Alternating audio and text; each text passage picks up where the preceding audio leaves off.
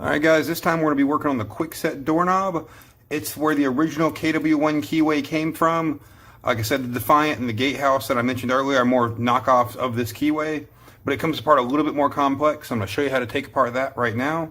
So it's just a standard 2 screws, like pretty much all doorknobs, so I'm not going to bother taking that off the doorway for you. But we're going to look at this spindle right here. It's the first thing we're going to remove. And there's a little lever right between the screw post and the base of the lock that we're going to push in. And it actually, when pushing that, it applies pressure and opens up a little doorway right here. I don't know if you can see that very well or not. We're going to push that up. And while we're applying pressure to it, we're going to pull this out. And now that it's out, you can see the kind of retaining doorway I was speaking of earlier. So that hitting that tab just pushes that up. Next, we're going to do kind of a hook motion. We're going to get underneath where that doorway is and pry it up while we slide the tool in there. And we're going to be using the forked end on that. And then we take it and we just apply a little bit of pressure and the lock pops right out. Take our tool out. And after that, we're going to use the forked end of the tool again to remove the C-clip. And again, those things can shoot off, so kind of hold them in your hand as you release them. We'll take our working key, turn it 90 degrees, take our plug follower, and we're going to work it in underneath these arms and just slide it right in. We're going to dump our old pins. All right. We're going to take our new key. The new key's bidding is 24521.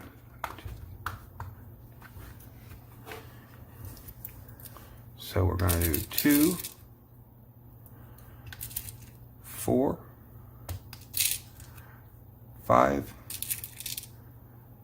2, and 1. Everything's flush. Nothing looks like it's too low, too high. So we're going to take it, we're going to put it back inside the lock. Just push that core in, remove your plug follower, and we'll test it. It's going smooth. So we're going to pull the key out, and again, per usual, make sure you press against the keyway to not accidentally remove the whole core as you're removing it.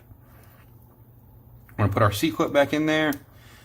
And before we actually put it back into the handle, we're going to take a peek. If you notice this crescent shape right here, that coincides with the latch. Depending on if the door opens left-handed or right-handed, this latch could be reversed. So we're going to take the crescent and see which way it goes in. So it's going to slide in that way. And that way we know which way to orient our lock. Because it could go in this way or it could go in upside down. Upside down, it looks tacky for the customer, and dirt and grime gets into the springs quicker and just degrades the lock's credibility a lot quicker. So we're going to pop it in there, and we know it's going this way, so it just snaps right in. And then we take our spindle and line it up straight. As you can see, there's kind of a little ramp on there. And that ramp pushes that little gate open, and we just click it right in there. Then we're going to test it out. Oops, that's the wrong key. Sorry, guys. And we're going to look for this spindle to move right here. As long as that's moving, we have successfully rekeyed it, and the locking mechanism is working. Now, every now and again, you will come across an older style of Kwikset. A lot of times they're called Kwikset Titans. You won't see them too often in the field. They've been phased out. They look a little bit different, generally speaking. It's more of a rounder head to it. But other than that, it looks just like a standard Kwikset. Except when we take the spindle out,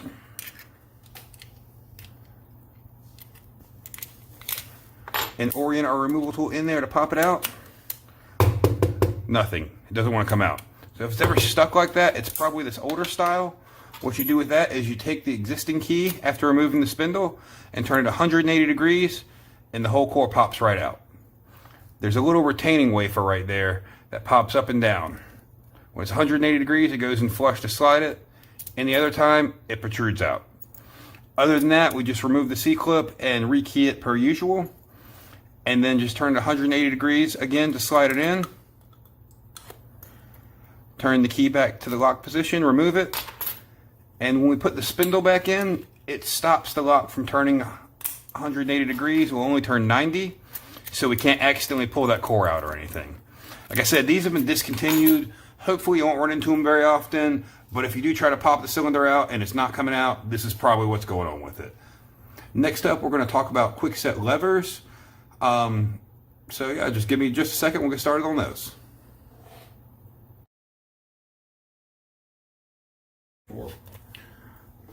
Alright, next up we're going to work on the Kwikset lever. It comes apart a little bit differently. If we look on the back, a lot of them do have screws right here where most locks are. This one doesn't, so I picked this one in particular to show you what to do. So we're going to look on the inside here, and there's actually a little retaining lever in there. We're going to just hit that. We can use our Kwikset removal tool. It fits right in there.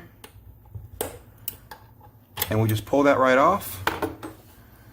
And then this base plate, actually just gently pry it up. After that, we've got our two basic screws. So we're going to pop those out.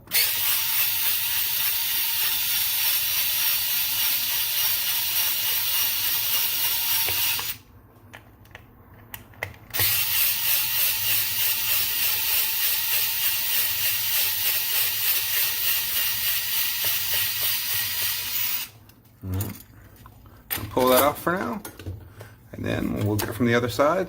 And if you do have trouble pulling it out sometimes, it helps to press the latch in. That depresses any pressure on it. And then we're going to remove the spindle like on the previous Kwikset. This one has a little bit more of a metal base around it, so it's a little more awkward to get the tool in there. But overall, it's still the same principle, and it's not too much in the way. So we're going to pry up on that and just pull our spindle right out. And after that, we'll notice another little retaining clip. The spindle has to be out, but then we'll just pop this guy, and this handle comes right off. After that, we'll pull the lock out and remove our C-clip.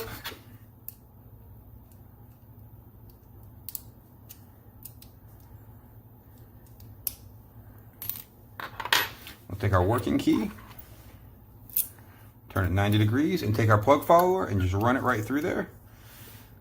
And if you notice on this one, it's actually got 6 holes in it. There's 6 chambers here instead of the standard 5. Now if you run into this, we only do 5-pin systems. So what we do is once we empty them out, we would only put the first 5 back in there, and we'd take the back of this, we take our plug follower all the way out. And if you can see, there's a little hole in there, like all the chambers. That one happens to already be empty, but if there was something in there, we have the spring and top pin pop out. It would go ahead and the spring would shoot itself out, and just not put anything back in there. We can't just not put one in the bottom and leave a top spring in there, because with nothing in the bottom chamber, that top spring would launch down and seize up the whole lock. So we have to make sure that we remove that back pin. All right, from then on, let's start rekeying it. The bitting on this new key is 12256.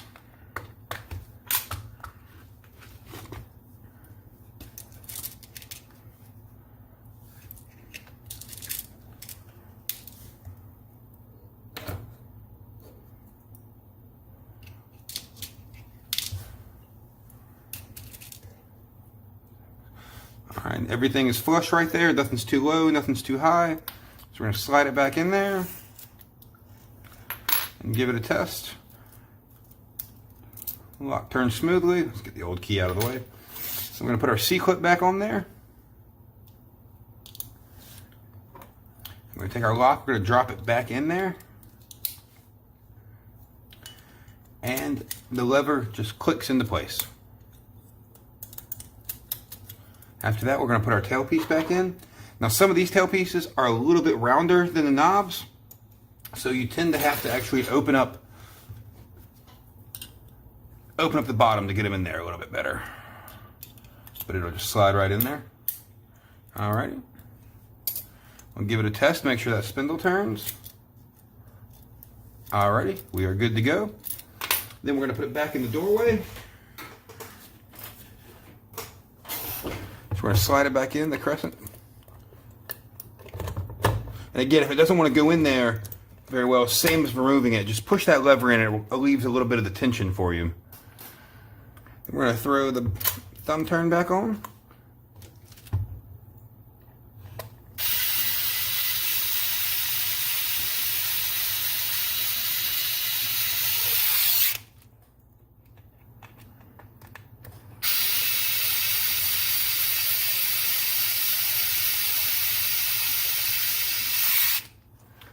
Then we'll put that little faceplate back on there. It just kind of snaps back into place. And our lever, same as before, just clicks right on there. All right, and that one is good to go. Now there are two types of levers that you'll run into. This was one, and the other looks very similar. The only difference is instead of a little retainer, there's a rather large hole right there. So how we're going to take care of that one is we're going to start the same by removing the spindle. And yeah, this is what I was talking about, the bigger rounded spindles on some of these. But after that, we're going to take an Allen key and actually put it in there and loosen it just a little bit. Take that Allen key out. That pops right back off. We have our lock. It's the same operating procedure from there. It's just an Allen key instead of a retainer. Do it, drop the lock back in there, drop the handle back on, Allen key back in there, and just tighten it back up.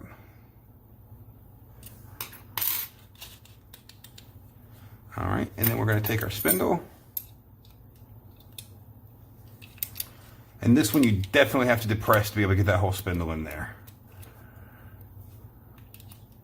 And then just kind of work it back in. All right, we'll test it out. All right, we are good to go. I haven't rekeyed that one, so still on a different key system. But yeah, just want to let you guys know how both of the spindles work, just in case whichever one you encounter first, they're not all the same. Next up after that, we're going to do a standard Kwikset deadbolt. So we'll talk about that in just a minute. All right, guys, now we're going to do a Kwikset deadbolt. I went ahead and removed it from the door because it operates the exact same as Defiant, as far as just has two screws that go through the thumb turn into the lock. So we're going to take it out of the casing, same as the Defiant. This one, the only difference with it, though, is it's got an E-clip instead of a C-clip. So we're going to remove that. If you notice, just slightly different shape, just has that little E in the center of it. I'm going to set that down. And the tailpiece actually does come off of these, as opposed to the Defiant. After that, we're just going to put our key in 90 degrees, like usual, and run our plug follower through. Dump our pins. Our new bidding will be 32232. That's fun.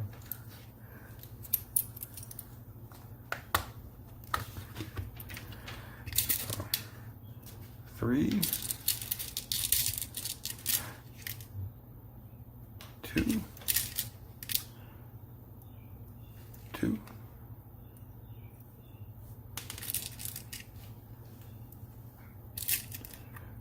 3, and 2. All right, everything is flush and looks good. I'm gonna take it, slide it back in there,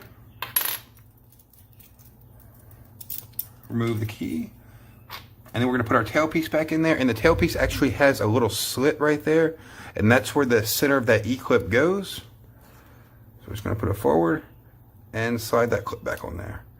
After that, we drop it back into the housing and just screw it back onto the door per usual. So, like I said, very, very similar to Defiant, just the tailpiece removes is really the only difference with that.